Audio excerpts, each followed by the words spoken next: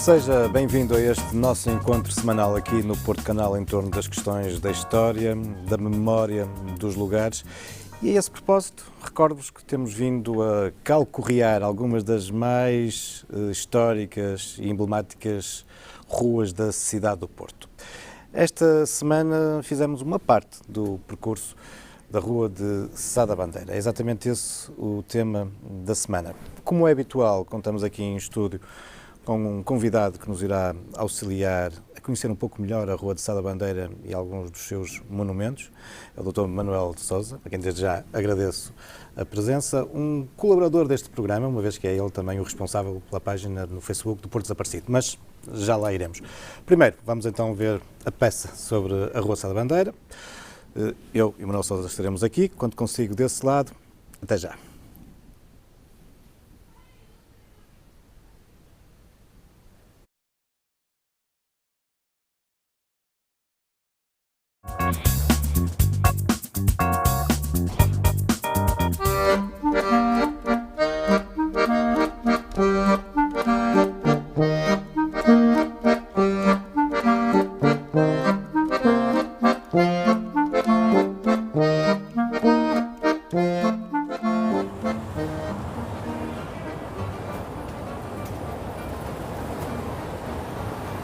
Estamos naquela que é uma das mais tradicionais ruas da cidade do Porto, a Rua de Sá da Bandeira. Eu estou-me a dirigir para um local que muitos dos guias internacionais de turismo e de património da cidade é considerado como um dos 20 locais obrigatórios para se visitar. E muito gostaria eu de vir aqui tomar um café à brasileira. Infelizmente, desde há algum tempo, vicissitudes legais impedem de fazer ou de, enfim, cumprir esse desejo. Esperemos que esses precalços sejam rapidamente ultrapassados, de forma a que novamente os portuenses e os muitos turistas que visitam a cidade possam voltar a usufruir do magnífico espaço da Brasileira. É um café histórico da cidade do Porto, cujas origens remontam a exatamente 110 anos atrás. Foi no dia 4 de maio de 1903 que Adriano Teles inaugurou a Brasileira. Adriano Teles, cujo nome é recordado também aqui, não só na base deste escudo dos Estados Unidos do Brasil, mas também ali em cima, sobre a porta principal do café.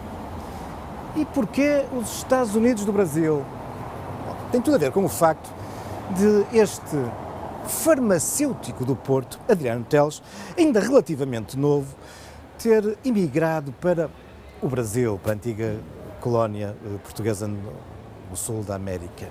Aí, no Brasil, Adriano Teles vai-se envolver nos negócios do café. Com grande sucesso, vai enriquecer e regressa no início do século XX à sua cidade natal, ao Porto, onde vai aplicar parte da sua fortuna exatamente numa empresa, numa loja que irá designar como a Brasileira. Mas não pensem que se trata de um café tal qual os conhecemos hoje.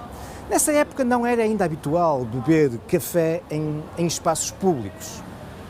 O que Adriano Teles faz é montar uma torrefação de café e uma loja onde se poderia adquirir o café em pó ou então nos grãozinhos que depois em casa, nos tradicionais moinhos, seriam triturados, por forma a as pessoas poderem consumir o café em casa. Foi no dia 4 de maio, como vos dizia, de 1903, que essa loja é inaugurada com grande sucesso, fruto também da campanha publicitária que tinha sido feita. Contam os jornais da época que foi necessário vir polícia para o local para conseguir controlar a grande multidão que aqui então se desloca.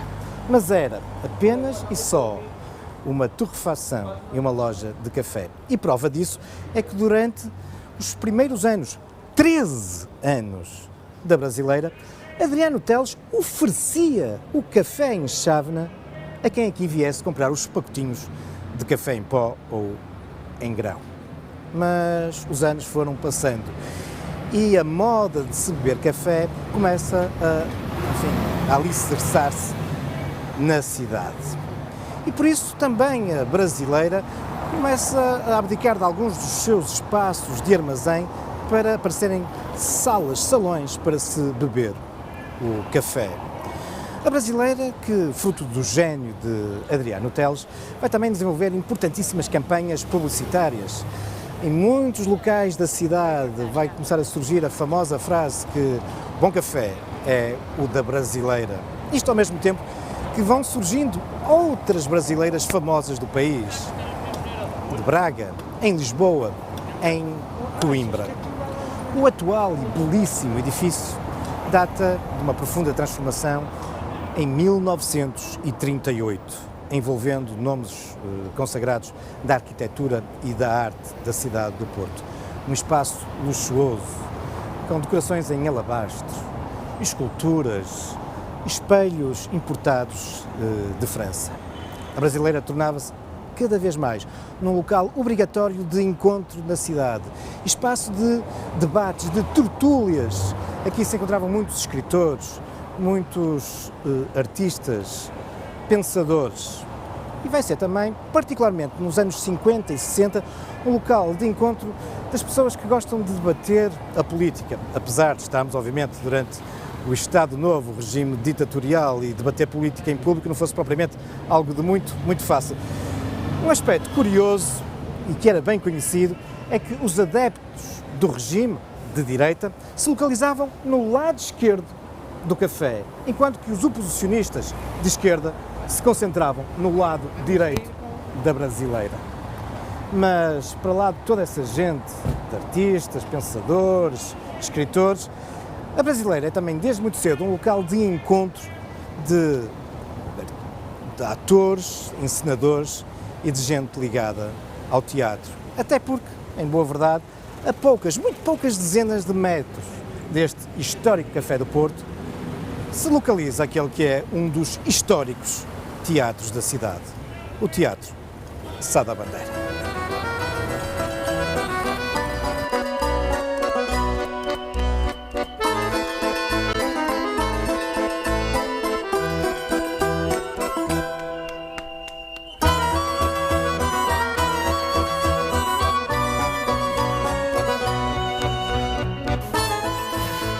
As origens do Sá da Bandeira remontam a 1855. É nesse ano que o empresário Dom José Catalão vai aqui construir o Teatro Circo para poder apresentar a sua companhia equestre.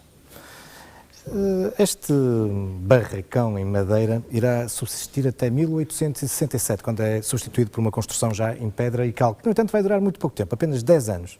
É com efeito em 1877 que é construído aquele que é, grosso modo, o atual edifício, embora, nomeadamente aqui no seu interior, tenha, durante as décadas seguintes, sofrido várias alterações. Muito rapidamente, o Teatro Príncipe Real, como passa a ser designado a partir dessa transformação em 1877, vai-se tornar numa sala de espetáculo de referência da cidade. Depois do Real Teatro de São João, esta é a principal sala de espetáculos do Porto, com imensos espetáculos musicais, teatrais, operetas, zarzuelas, enfim, um mundo, uma história imensa. Um teatro que vai ser também dos primeiros a apresentar iluminação elétrica. Em 1895, ano histórico para a cidade, quando com a construção da circunvalação definitivamente são marcados os limites do Porto, aqui no teatro, então ainda designado do Príncipe Real, apresenta-se aquela que é uma das maiores divas da história do teatro, Sarah Bernhardt. E no ano seguinte, em 1896, as primeiras exibições do cinema português, autoria de Aurélio Paes dos Reis, têm também lugar neste teatro, que em 1910, com a implantação da República, apenas uma semana depois, verá alterada a sua designação de Teatro do Príncipe Real para Teatro de Sá da Bandeira. Um aspecto curioso é que até 1877, A entrada principal deste teatro não era voltada para a Rua de Sá da Bandeira, mas sim para a Rua de 31 de Janeiro. Sim, porque até poucos anos antes, a Rua de Sá da Bandeira não existia.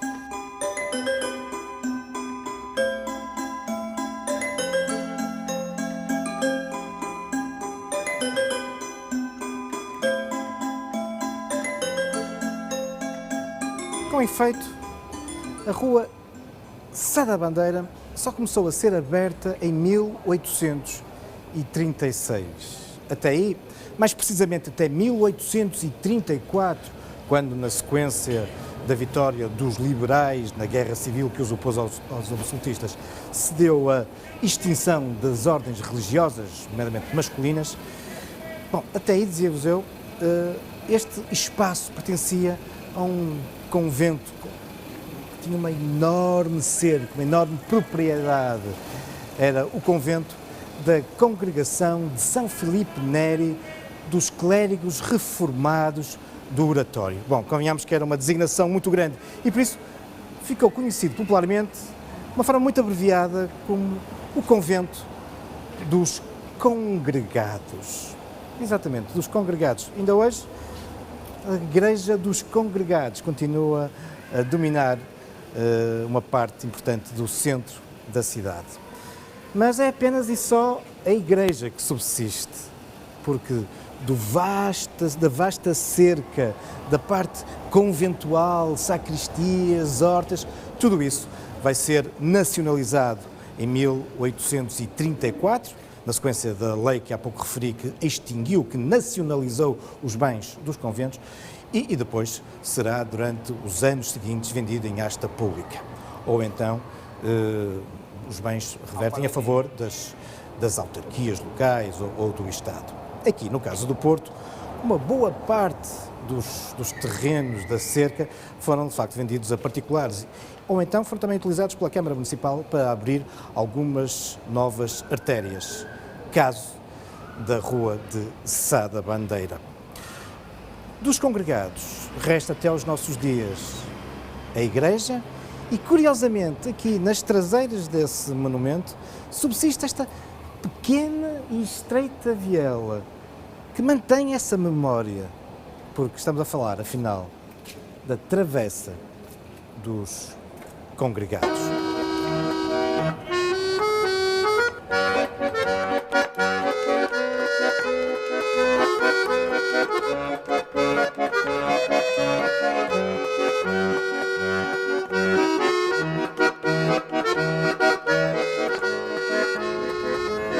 As origens da Igreja dos Congregados começa, curiosamente, antes ainda da fixação dessa congregação na cidade do Porto. Passo a explicar.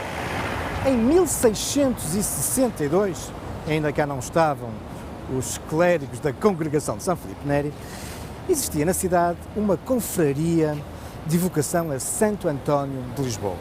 É essa confraria que vai utilizar este espaço para aqui construir uma capela dedicada a esse santo tão popular no nosso país. E este não era um espaço qualquer. Era, nessa época, um espaço fora da cidade, mas voltado para aquela que era uma das principais portas que se abria na velha muralha que circundava o burgo, a Porta dos Carros. É, portanto, neste sítio estratégico, localizado mais ou menos neste espaço, na sequência do que é hoje o Palácio das Cardosas, se abria essa porta e é em frente a essa porta que vai então ser construída essa capela. Só que esta confraria dedicada a Santo António de Lisboa, por motivos que se desconhece, acaba por se ir desarticulando. Acabam mesmo por entregar o terreno e a capela ainda em construção à Câmara Municipal do Porto. A capela será concluída por volta de 1680. Pouco depois chega o pedido à Câmara do Porto da congregação dos clérigos de São Filipe Neri, os padres congregados, para se instalarem na cidade. Ora, a Câmara do Porto vai autorizar e vai ceder-lhes exatamente este terreno. No entanto, com algumas condições. Uma dessas condições é que os congregados teriam que manter o culto, a devoção, a evocação a Santo António de Lisboa. Os congregados irão fazer isso. E a capela a Santo António manter-se-á. Mais do que isso, o novo templo que começará a ser construído em 1694 continuará, por esse motivo, a ser de evocação a Santo António. Sim, porque esta igreja que nós popularmente designamos por Igreja dos Congregados, a verdade é que o seu nome oficial é Igreja de Santo António. E é por isso que a rua que parte da base junto à igreja se chamou durante muitos anos a Igreja de Santo António, rebatizada posteriormente como Rua de 31 de Janeiro, pelo facto de ter sido na Rua de Santo António que se deram alguns dos principais momentos, o confronto decisivo, nesse dia 31 de janeiro de 1891, a primeira tentativa de implantação de um regime republicano no nosso país. Mas voltemos à Igreja dos Congregados. Congregados que, como vos dizia, vão então, no final do século XVII, substituir a velha capela por este monumento, da transição do século XVII para o XVIII. É um monumento já barroco, mas ainda um barroco muito contido. A fachada divide-se em dois pisos, aqui claramente na base, dominado pela grande porta, e pelo anagrama com o M e o A de Ave Maria. Uma porta que ficou conhecida ao longo dos tempos por ser um local onde se concentravam em grande número os pedintes. E daí a velha frase existente na cidade de vai pedir para os congregados. A parte superior é dominada pelos grandes janelões gradeados e por um nicho que hoje, nesta vida tarefada e corrida, nem nos apercebemos, mas um nicho de dimensões consideráveis, dominado pela imagem, afinal, do santo a quem a igreja é dedicada, Santo António de Lisboa. Mas, desde o início do século XX, a fachada passou a ter outros motivos de interesse, nomeadamente toda esta cobertura de azulejos, com motivos, entre outros, relativos à vida de Santo António. São azulejos da autoria de um dos grandes artistas dos finais do século XIX e do início do século XX, que se evidenciaram na produção de azulejos, Jorge Colasso. A sua obra mais conhecida, de resto, fica a muito poucos metros de distância, ali no interior da estação de São Bento. Mas também aqui podemos contemplar alguns dos azulejos da sua produção. Enfim, um templo com muitos motivos de interesse no exterior, mas também no seu interior.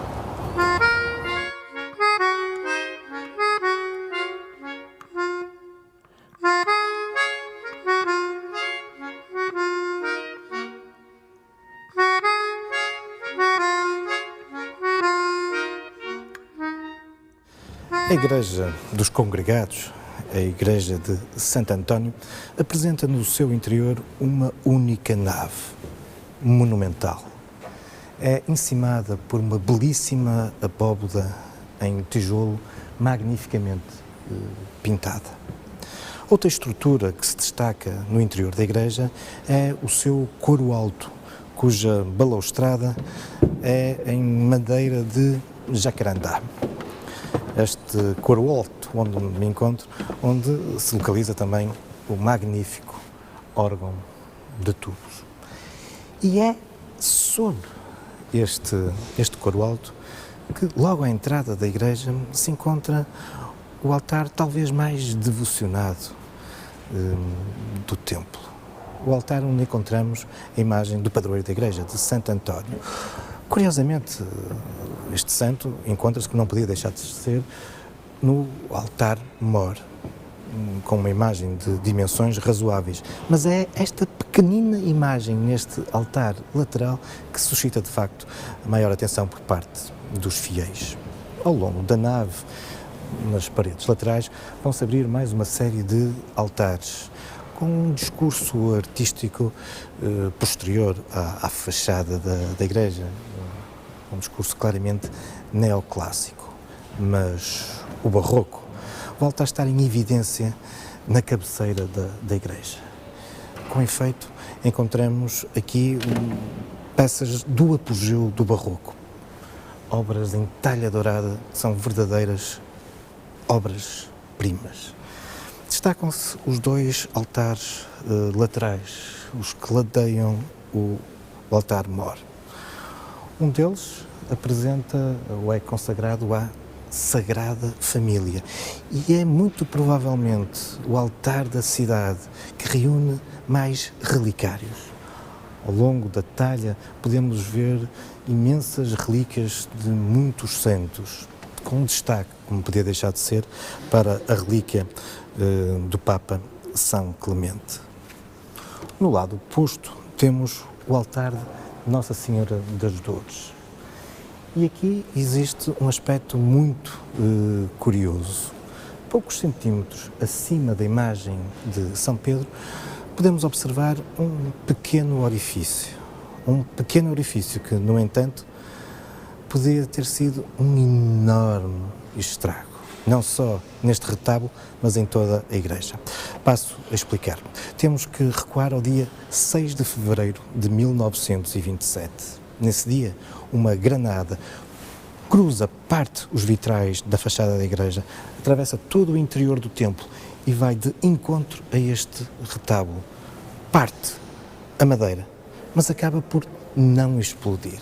É considerado um verdadeiro milagre este acontecimento, que teve lugar numa data importante para a história do Porto e que, no entanto, caiu um pouco no esquecimento. 6 de fevereiro de 1927 é uma revolta, a primeira revolta que se registra no nosso país contra a ditadura militar que havia sido instaurada em Portugal no ano anterior, em 1926. Esta revolta de fevereiro de 27 marca também o fim do protagonismo que o Porto tinha tido na cena política nacional ao longo de todo o século XIX e nos inícios do século XX.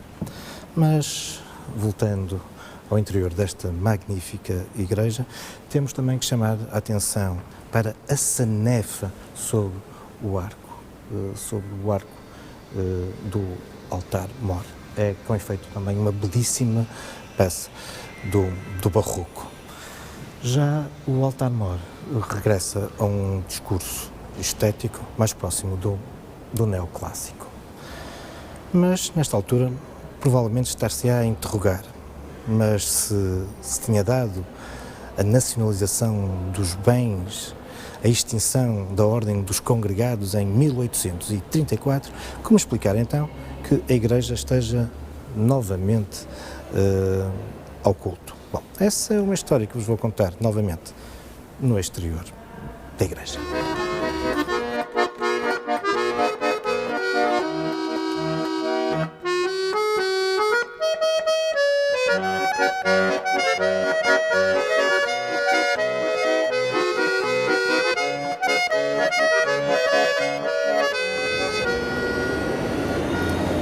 Após a nacionalização dos bens das ordens em 1834, depois de grande parte das propriedades dos antigos padres congregados terem sido vendidos em asta pública, em 1836 o Estado entregava a Igreja a uma irmandade de Santo António que existia na cidade do Porto. Não era já a primitiva irmandade, a que tinha criado a capela, isso vimos já que tinha desaparecido.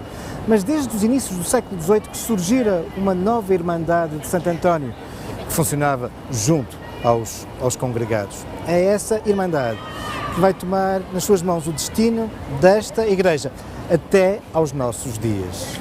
Pouco tempo depois, a Igreja abria novamente as suas portas ao culto. E continuará a ser, durante os anos seguintes, até hoje, um dos templos com mais fiéis. Tal facto, e a sua localização num sítio estratégico da cidade, terá pesado muito em 1911 para que, na sequência de alguns estudos da Câmara Municipal, que previa a demolição do templo para um prolongamento da Rua Sá da Bandeira e da Rua 31 de Janeiro, bom, a verdade é que a cidade se opôs a tal plano e, mais de 100 anos depois, o templo persiste até aos nossos dias, nesta área, que afinal está tão repleta de memórias da cidade. Mas isso são já outros factos, quiçá outras lendas, seguramente outros caminhos da história.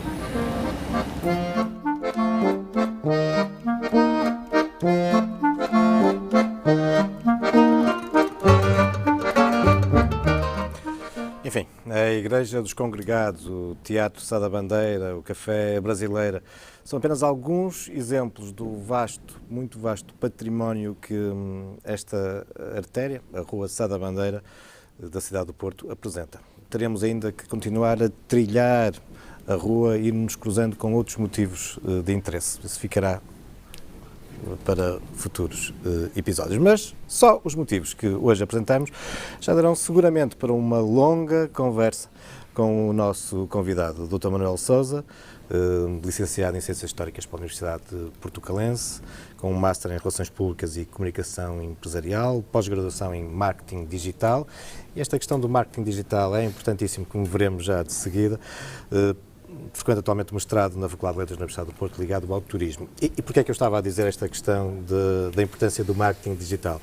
É que Manuel Sousa é também o criador, principal dinamizador, daquela que é uma das páginas do Facebook mais frequentada pelos amantes da história do património do Porto e não só. Estou, obviamente, a falar do Porto Desaparecido, que, de resto, tem sido uma presença constante, semanal, aqui no nosso programa, uma vez que o Manuel Sousa coloca sempre imagens relacionadas com o tema do programa, que nós depois aqui também utilizamos. E, desde já, Manuel Sousa, obrigadíssimo por esta colaboração ao longo destes meses. E desafiámos exatamente o Manuel Sousa para nos vir aqui falar um bocadinho sobre a Rua Sá da Bandeira e não só, com base em algumas das fotografias que tenho utilizado na página O Porto Desaparecido. Já iremos falar sobre a página do Porto Desaparecido, mas primeiro, e se falássemos um bocadinho sobre a Rua de Sá da Bandeira. Sei que trouxeste uma série de imagens da rua. Pronto, a Rua Sá da Bandeira é uma rua que começou num local que não é o local atual.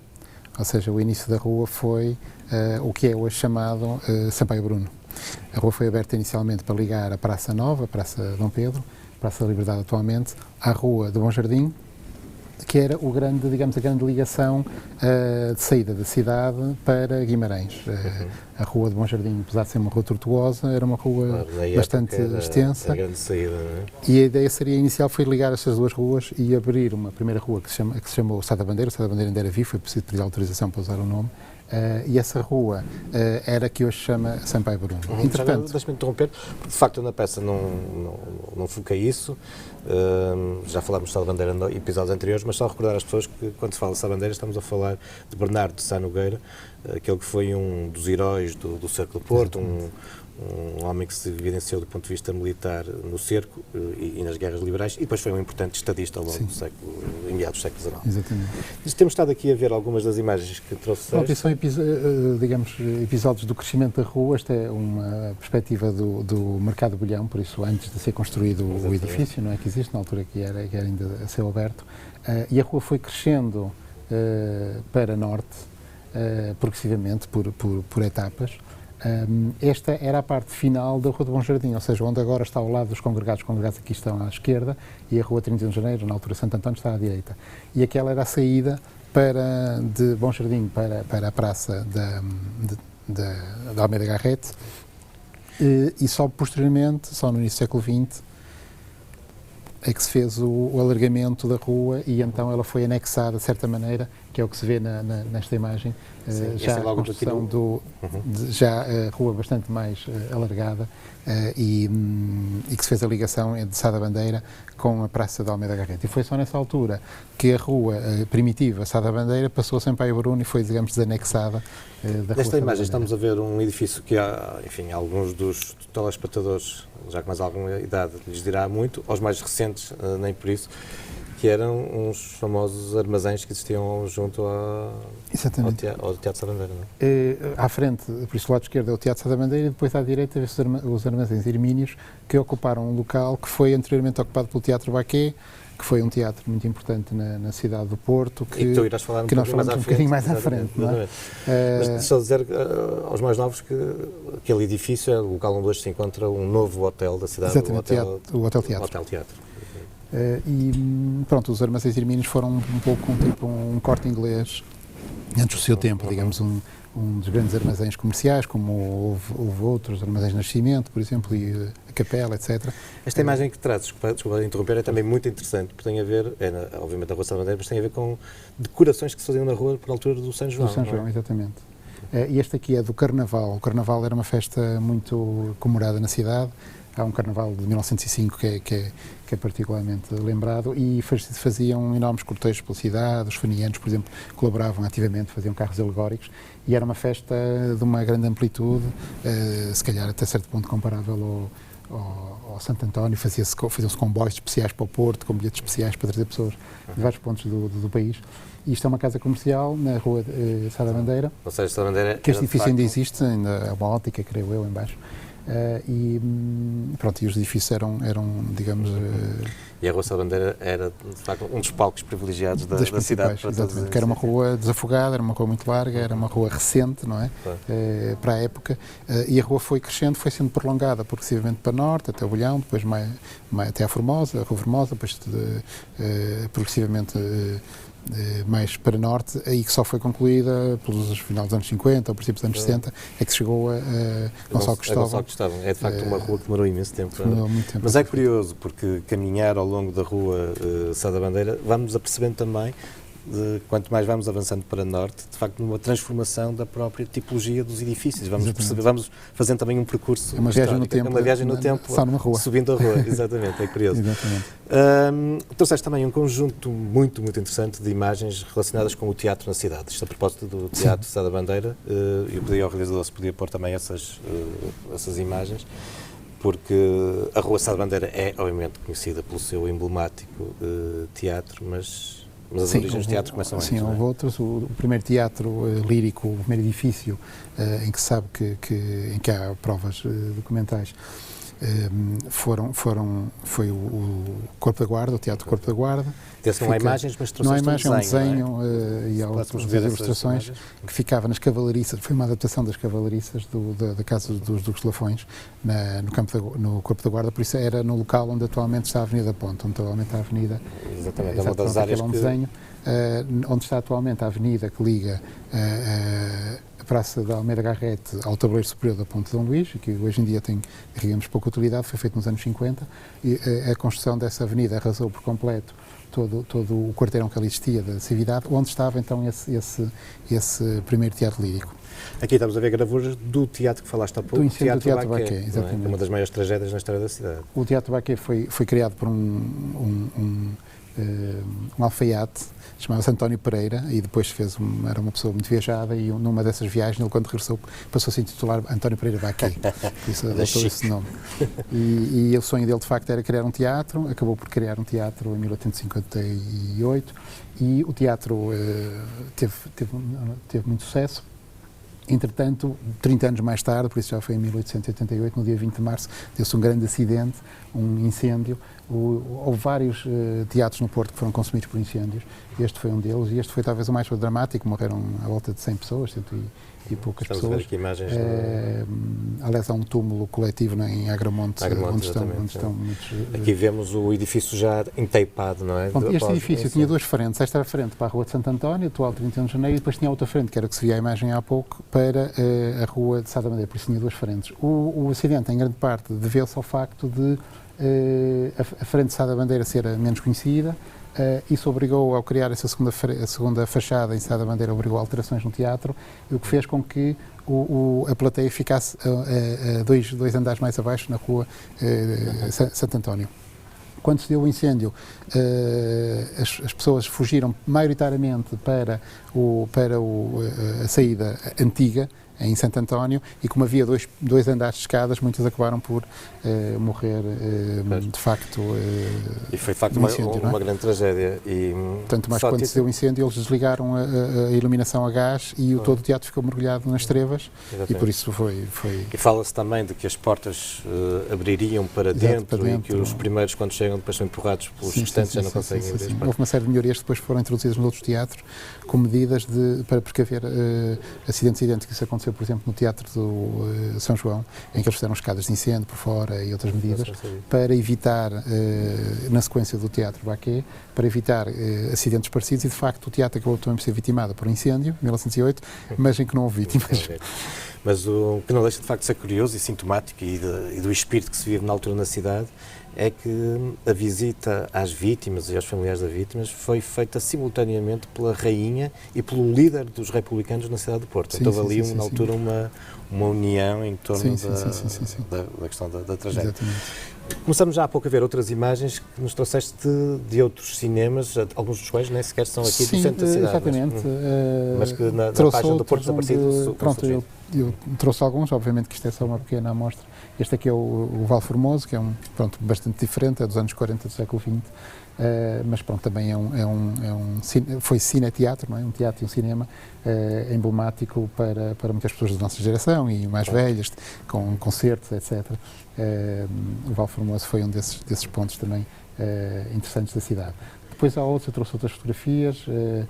Este é o Wildlife, por isso é o antepassado do Batalha. Sei que muita gente não imagina, mas este edifício já dominou a Praça da Batalha, não é? Este edifício estava exatamente no local onde atualmente está o Cinema Batalha.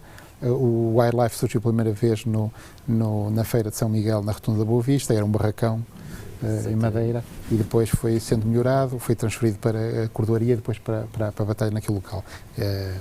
Este já é o cinema de Irmesindes, porque o Porto não está limitado à circunvalação, por isso há inclusive muitas pessoas da parte oriental da cidade que frequentavam este cinema. Infelizmente agora está abandonado. E a esse propósito não posso deixar de referir que este espaço onde nos encontramos foi também um cinema, o cinema da Senhora da Hora.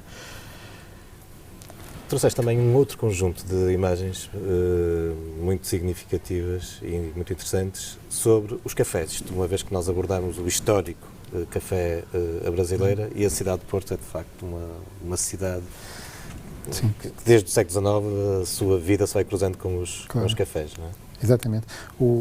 Aliás, até o Germano Silva diz que no Porto os cafés competem com a academia na difusão das ideias culturais, políticas, etc. E as tertúlias dos cafés de Porto. Porque, de facto, os cafés eram uma forma simples e barata das pessoas terem acesso a muita informação, a terem acesso a notícias não censuradas, digamos. Tínhamos que pensar que Portugal viveu durante quase meio século de um regime totalitário.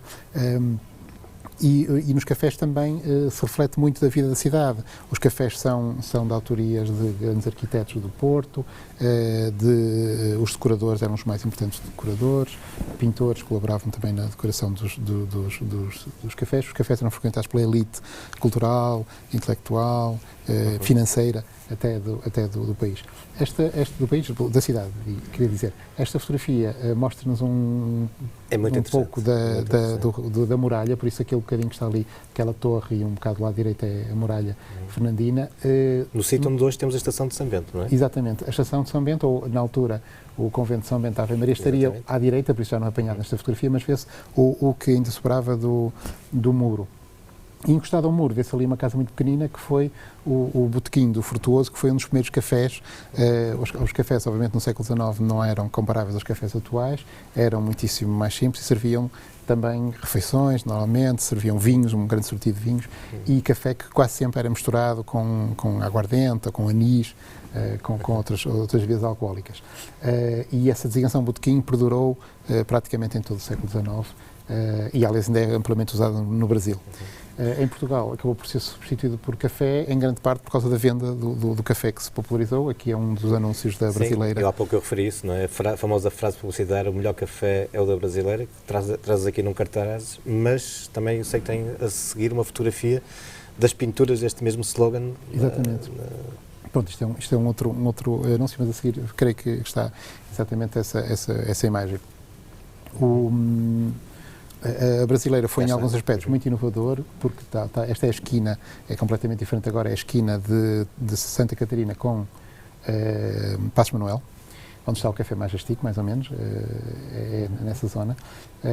O Adriano Teles foi, de facto, uma pessoa muito inovadora no que toca ao marketing, e porque isso também é uma das áreas que me são queridas, porque utilizou esse slogan, o melhor café da Brasileira, pintou por todo o país, não só no Porto, aliás, ainda existe aquela zona na Picaria, aqueles azulejos que foram agora recentemente restaurados, mas isso existia um pouco por todo lado. E ele não só usava esse slogan, não só oferecia, como referiste, a questão da chave de café, quem comprasse o café. Aliás, aqui isto é uma imagem do primeiro estabelecimento onde ele vendia café a peso. E editava uma revista, exatamente, eu puxei ali à direita, assegurar um exemplar de um jornal que era publicado quinzenalmente, no qual ele ensinava como se preparar um bom café e também curiosidades e notícias. Por isso usou também esses jornais gratuitos que agora são muito populares. Ele já os usava há mais de 100 anos, não é? Este é o Café Chaves, se não estou em erro, que era um café que existia no rechão do Hotel Frankfurt, que era um hotel que foi demolido quando se fez a abertura da Avenida dos Aliados. Era um dos pontos centrais da cidade. Aliás, o Hotel Frankfurt era dos mais importantes e de maior prestígio na cidade do Porto, que, como todo aquele bairro do Laranjal, foi demolido a partir de 1916, quando se fez a Avenida dos Aliados. Aqui é o restaurante comercial, um restaurante que felizmente foi recuperado e funciona na Praça do Infante. Aliás, eu acho que vem a seguir uma outra imagem desse... Eu creio uma fotografia do interior, se não erro. Eu, por acaso, não tenho fotografias de todos os cafés, como é evidente. Há o café Majestic, que é um dos poucos cafés que perdura até a atualidade. Este é Café Brasil e ainda existe, embora passe despercebido, porque este localiza-se mesmo ao lado daquelas escadas que existem no fundo de 31 de Janeiro. Por isso, este café está exatamente no Gaveto, no fundo de 31 de Janeiro, Gaveto com a Rua da Madeira, ao lado da Estação de São Bento. Passa um pouco despercebido porque tem essa escadaria. Este, então, é o interior do comercial, exatamente. Como eu estava a falar há pouco, dos cafés mais antigos que perduram é o Majestic como café, digamos, dos anos 20 e dos anos 30, com toda aquela decoração, digamos, de dourados e rãs florais e espelhos. O Café Guarani também é um pouco mais recente, também é dos mais clássicos. E depois dessa fase, digamos, em que os cafés tentavam, enquanto no século XIX os cafés eram um estabelecimento muito simples, e um dos exemplos é, por exemplo, o Piolho, que é um café simples, não é? Com mesas e cadeiras. O ancorador não oficial. Seguiu-se nos anos 20, anos 30, aqueles cafés muito vistosos, como é o bom exemplo, o Majestic, e a partir dos anos 40, 50, os cafés adquiriram uma decoração muito mais austera, muito mais com vidro, com neons, que são exemplos, por exemplo, o Avis ou o Ceuta, cafés bastante mais austeros. A partir dos anos 60, 70, principalmente, muitos cafés encerraram, acabaram por ser substituídos por dependências bancárias e, felizmente, ainda perduram meia dúzia de bons exemplos de cafés, mas muitos fecharam. O Rialto, por exemplo. Este aqui, o Águia-Douro, original, antes da fachada que existe atualmente. Outros que fecharam, o Palladium. Na esquina de Passos Manuel e vão sobrevivendo, de facto, muito Santa poucos Catarina, desses. o Rialto, isto é o Camacho, que é na Praça da Liberdade, que foi um sucessor do Guichard, que é o café, digamos, mais emblemático do Camilo, café clássico mais emblemático do Porto. E eu tenho também uma fotografia, alguns também do Rialto, que fica na Praça João I. Na Praça João I, esquina com Sada Bandeira. Com esta nossa rua que temos estado aqui a abordar, que é a Rua Sada Bandeira. Eu gostava agora de falar um bocadinho exatamente sobre esta página, que tem quantos seguidores? Volta de 30 mil. É de facto um sucesso. Quando é que ela surgiu e como é que ela surgiu? Porque esta ideia de fazer uma página sobre as imagens do Porto? Em abril do ano passado. A ideia seria, digamos, ter uma página que falasse de fotografias, falasse de histórias e mostrasse fotografias antigas do Porto. Não havia nenhuma exatamente com aquelas características. Havia páginas de fotografias do Porto atuais e havia páginas de fotografias antigas, no geral, do país. Vi que, de facto, havia essa oportunidade de criar fotografias e de publicá-las, porque há, da parte dos portuenses, isso nota-se em quase todas as iniciativas que se fazem, há um grande interesse que os portuenses têm pela sua história e por conhecer o seu passado e digamos, há esse público potencial que está lá e que está, digamos, ansioso por este tipo de informações. E vê-se bem no número de pessoas que seguem diariamente a página. Aliás, vale bem a pena aqui referir que, na sequência deste projeto Manuel Sousa, ele obteve este ano da Câmara Municipal a medalha de mérito municipal, exatamente em reconhecimento da valia e da importância deste projeto. Tens quantificado quantas imagens é que já lá estão colocadas? Por acaso não. Mas ainda são tantas que acabaste por ter que dividir a página em capítulos, digamos. Exatamente, eu criei várias pastas, vários álbuns de fotografias por temas. Eu, entretanto, como as coisas começaram a se tornar mais complicadas, isto começou por ser um pequeno hobby, entretanto eu acabo por demorar, por despender umas 2-3 horas por dia com este projeto, por isso eu acabei por colocar um anúncio na página, perguntar quem é que me queria ajudar. Pois, ia falar exatamente sobre isso. E apareceram 50 e tal pessoas interessadas. Eu dessas selecionei um pequeno grupo de 5 que constitui uma equipa editorial, chamamos assim, e que me estão agora a ajudar a tentar reformular a página, estamos a analisar, por exemplo, os álbuns, há ali algumas incongruências, uns são temáticos, outros são geográficos, nós queremos só alterar e transformá-los em temáticas, e os objetivos, digamos, seguintes são tentar envolver mais as pessoas na página. Nós já temos... No sentido das pessoas também começarem a enviar mais. Coisa que já tem acontecido, eu tenho visto que já várias pessoas têm... Sim. À volta de 1/3 do que é publicado já vem das pessoas, e o ideal seria, o nosso objetivo será aumentar. Temos 2 secções, dois álbuns em que são feitos só com colaborações, só com, digamos, contribuições dos colaboradores, dos seguidores da página. Uma delas chama-se Antes e Depois, que é convidar as pessoas a tirarem fotografias, verem o plano antigo, irem ao mesmo local, tentarem tirar uma fotografia atual e colocarem lado a lado. Muito interessante. Isto é uma área muito popular. E outra mais recente, que é a chamada Família Portuense, que é pedir às pessoas que enviem fotografias suas ou de familiares, desde que sejam anteriores a 1990, pronto, foi um limite máximo que... E que haja um fundo... Que haja um fundo que tem a ver com o Porto. Então é interessante ver as pessoas no Bolhão, os avós a passear na Foz, na Pérgola da Foz, ou digamos, a avó no Jardim do Morro, com a ponte Luís I por trás, etc. Por isso, também fazer com que as pessoas percebam que a cidade é viva, a cidade não é um postal, o que se vê numa fotografia do Alvão ou da Aurélio da Paz dos Reis não é um cenário de Hollywood, não é? É uma coisa real, onde as pessoas lá moravam, e pessoas da nossa família, nós e pessoas da nossa família, moraram no Porto e usufruíram do Porto. E é tentar fazer essa ponte entre o que está no postal e a realidade. Não é? E chamar, de facto, a atenção para, cada vez mais, a fotografia é uma fonte preciosa para o estudo da história e para o conhecimento do passado. Sim. Não, e exerce um grande fascínio sobre as pessoas, porque as pessoas adoram ver fotografias antigas, porque por muita descrição que haja, não é? Já dizia o Confúcio, uma imagem vale por 1000 palavras. E de facto uma imagem tem tanta informação e consegue, se for analisada, muitas vezes tem tanta informação, mas consegue transmitir uma grande quantidade de informação e consegue-nos dar uma visão da realidade, de como seria a realidade, muito mais aproximado de qualquer descrição poderia ter. Consegues indicar qual a foto, a imagem que foi mais visitada, ou das mais visitadas, das mais vistas? Pois, curiosamente, as fotografias que as pessoas mais gostam não são necessariamente aquelas que eu mais gostaria. Ou seja, o que é que as pessoas mais gostam de ver?